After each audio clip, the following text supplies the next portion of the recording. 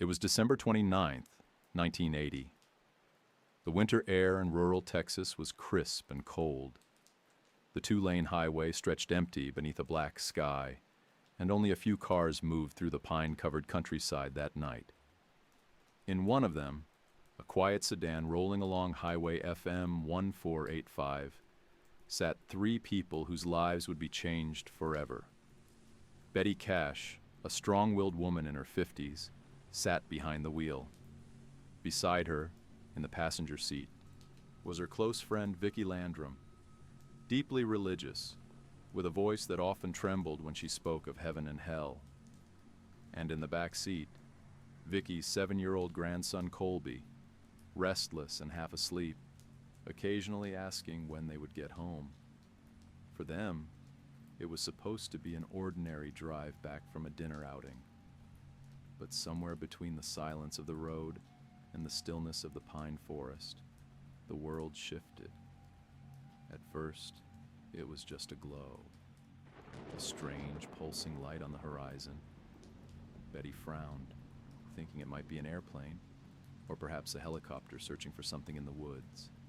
But the light grew larger, brighter, closer. Within minutes, it was no longer a distant glow, but a searing brilliance that lit the trees, as if dawn had arrived too early. Betty slowed the car, the tires crunching against the asphalt as the three of them stared ahead. Hovering above the road, blocking their path, was an object unlike anything they had ever seen. It was massive, diamond-shaped, its metallic skin glowing white-hot, as though forged in fire. Flames licked from its underside, spilling heat that shimmered against the night air. It hung low, just above the treetops, its size overwhelming, its presence suffocating. The car shook with the intensity of the heat. The air inside grew stifling. Betty, squinting against the glare, realized the steering wheel itself was growing warm under her hands. Vickie gasped, clutching the crucifix that hung around her neck. To her, this was no machine, no secret aircraft. To her, this was divine, or perhaps infernal. She whispered prayers, begging for protection, her voice quivering. In the back seat, young Colby began to cry, covering his eyes against the brilliance, whimpering that the fire would burn them alive. The object hovered indifferent, its presence both majestic and terrifying. It groaned with a deep metallic hum, as though the air itself vibrated with its weight. Every few seconds, flames would burst downward, scorching the road, forcing Betty to back the car away. The heat grew unbearable. Finally, she flung the door open, stepping outside into the night air, hoping for relief. But outside, the intensity was worse. The heat slammed into her like a wall, her skin prickling, her eyes watering. She raised her hand to shield her face, staring up at the colossal diamond hovering above. Its edges glowed like molten steel. She had never seen anything like it. Behind her, Vickie cried out, dragging Colby into her arms, whispering that they were witnessing the work of God, or something beyond human. Betty stood transfixed, her breath ragged, her skin already beginning to burn. She felt it in her scalp, the roots of her hair, as though invisible hands were peeling away her strength. For what felt like an eternity, the object remained. Then suddenly, it began to move. It tilted slightly, flames bursting downward, and then it rose higher into the sky with a violent blast of heat. The three stared as it ascended, the glow searing into their eyes. And then, another shock. From the darkness of the sky came a swarm of lights. Dozens of helicopters, their blades chopping the air, their floodlights cutting across the trees. They surrounded the diamond-shaped craft, circling it, herding it like hunters around prey. Betty's heart raced. What she was seeing was no accident, no meteor or strange phenomenon. This was a pursuit, an operation. Someone knew. Someone was chasing this thing. For a moment, the craft and its entourage of helicopters hovered together above the tree line, and then, with a roar, the formation drifted away into the night. The sound faded, the light dimmed, leaving only silence and the smell of scorched asphalt behind. Betty stumbled back to the car, her face pale, her skin burning. Vickie sat frozen in the passenger seat, still clutching Colby, rocking him gently, though she herself trembled like a leaf. The boy whimpered, asking what had happened, but no answer came. They sat there, three ordinary people on an empty road, wrapped in the darkness of the Texas night, knowing they had seen something they could never explain. When Betty finally gripped the steering wheel again, it burned her palms. The dashboard was hot to the touch. The vinyl seats radiated warmth as though they had been placed in an oven. She winced, her skin already red and sore. As they drove on, the silence inside the car was deafening. No one wanted to be the first to speak. No one wanted to name what they had seen.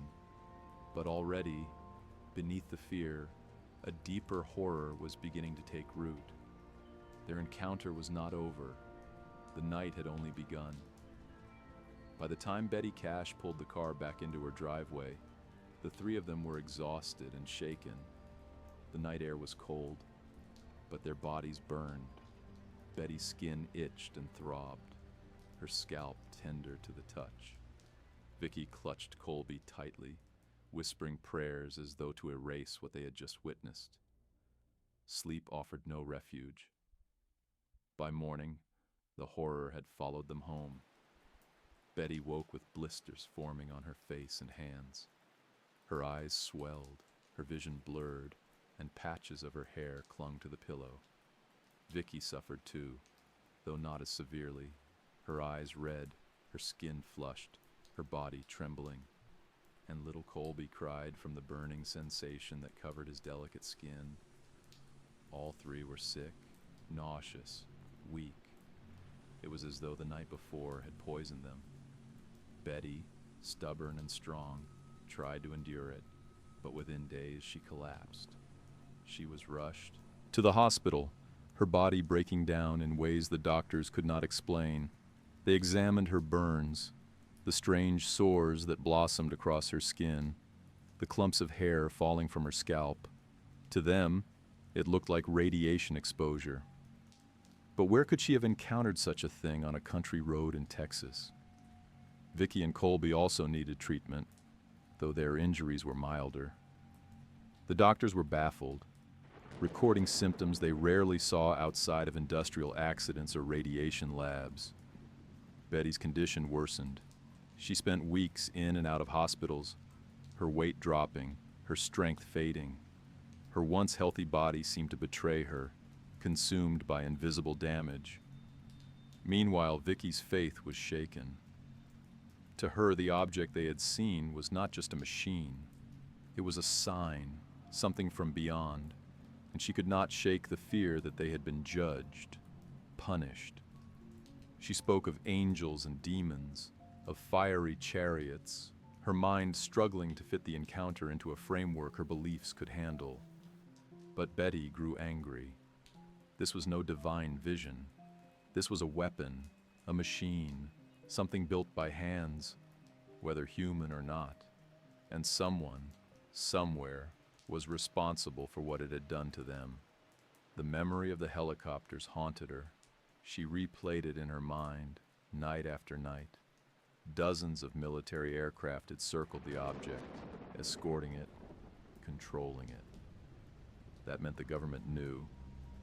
That meant this was not just an accident of the sky. It was a cover-up. As Betty lay in her hospital bed, her body scarred and failing, she vowed she would not stay silent. The others felt the same. They had been injured, their lives forever altered, and yet no one came to explain, to apologize, to take responsibility. When Betty finally regained enough strength to stand, she gathered Vickie and Colby. Together, they swore they would demand answers. They would go to the authorities. They would tell the world what they saw that night in the woods of Texas. But even as they prepared, a deeper dread gnawed at them. What if the truth was never meant to be known? What if the thing that had burned their bodies was part of something vast, something hidden? The helicopters had come quickly, as if waiting. The military had moved with precision, as if rehearsed. And Betty realized the truth that chilled her more than the burns ever could. They had not stumbled into an accident. They had stumbled into a secret. And now, their lives would never be safe again. Betty Cash and Vickie Landrum were not women who frightened easily. But as the weeks turned into months, they realized they were fighting something far larger than their own failing health. Betty's hospital stays grew longer. Her skin was scarred, her vision blurred, her body weakened. Vickie and young Colby recovered better, but the boy would cry whenever he remembered the fire in the sky. They all wanted answers, so they went to the authorities. First, the local sheriff. He listened, politely, nodded, but offered no help. Then they turned to federal agencies, the Air Force, NASA, the Department of Defense. Letters were written, phone calls made. The response was silence or denial. No helicopters were in the area that night, officials claimed. No operation was conducted. But Betty knew what she had seen. Dozens of military aircraft surrounding the glowing diamond, chasing it into the night. She replayed the sight again and again in her mind. The heat, the fire, the roar of rotor blades. How could they deny something so obvious? She grew furious. If the government would not tell the truth, she would go public. And so, in the early 1980s, the story broke into the press. Newspapers ran headlines. Texas family burned by UFO. Journalists came to Betty's hospital room, snapping photos of her blistered skin, her frail frame. Vickie spoke on television, clutching her Bible, describing how she prayed that night on the roadside. Colby sat silently beside her, a child scarred by something he could not understand. Public reaction was explosive. Some dismissed them as hoaxers. Others whispered that they had stumbled into a military secret, some experimental craft powered by radiation, never meant to be seen. The pressure grew. Finally, the case reached MUFON, the Mutual UFO Network, and investigators began digging. They interviewed witnesses across the region, and slowly, pieces of the puzzle emerged. Several locals recalled seeing helicopters that night, their searchlights sweeping the sky. Others described hearing a strange roaring noise, unlike any aircraft they knew. The testimonies matched what Betty and Vickie had said all along, but official denial never wavered. The military continued to insist no aircraft were in the area. For Betty, it was infuriating. For Vickie, terrifying. She began to fear they were being watched. She noticed unfamiliar cars parked near her home, phone calls filled with silence. At night, she swore she saw helicopters again, circling in the distance. Whether paranoia or reality, it fed into the sense that they had crossed a line. That night on the Texas road, they had seen something forbidden, and now they were paying the price. Betty decided to take it further. She filed a lawsuit against the U.S. government, demanding $20 million in damages for the injuries she and her family had suffered. Her lawyers argued that the object was a military experiment, that the helicopters proved government involvement, and that their radiation exposure was undeniable. The case made headlines again. But once more, the system closed ranks. The Air Force denied responsibility. The case dragged on, bogged down in bureaucracy, until finally dismissed. No compensation, no admission of guilt. Nothing. Betty's health continued to fail. She grew weaker, her once strong body reduced to frailty. Yet she never stopped insisting on what she saw. The diamond-shaped object, the fire, the swarm of helicopters, the burns that changed her life forever. And she knew, deep down, that the silence from the government was not ignorance. It was protection. They were hiding something so powerful, so dangerous, that ordinary people who stumbled into its path were left to die in silence. As the years dragged on, Betty Cash's health never returned. The burns scarred her permanently.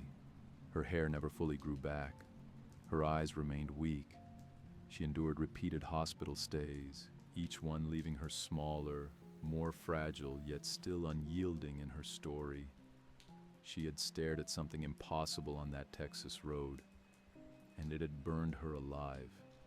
No one could take that truth away. Vickie Landrum lived longer, her faith shaken, but never broken. To her, the event was a test, something beyond human understanding. She never stopped clutching her crucifix when she spoke of it, never stopped describing how the fire in the sky made her feel both terror and awe.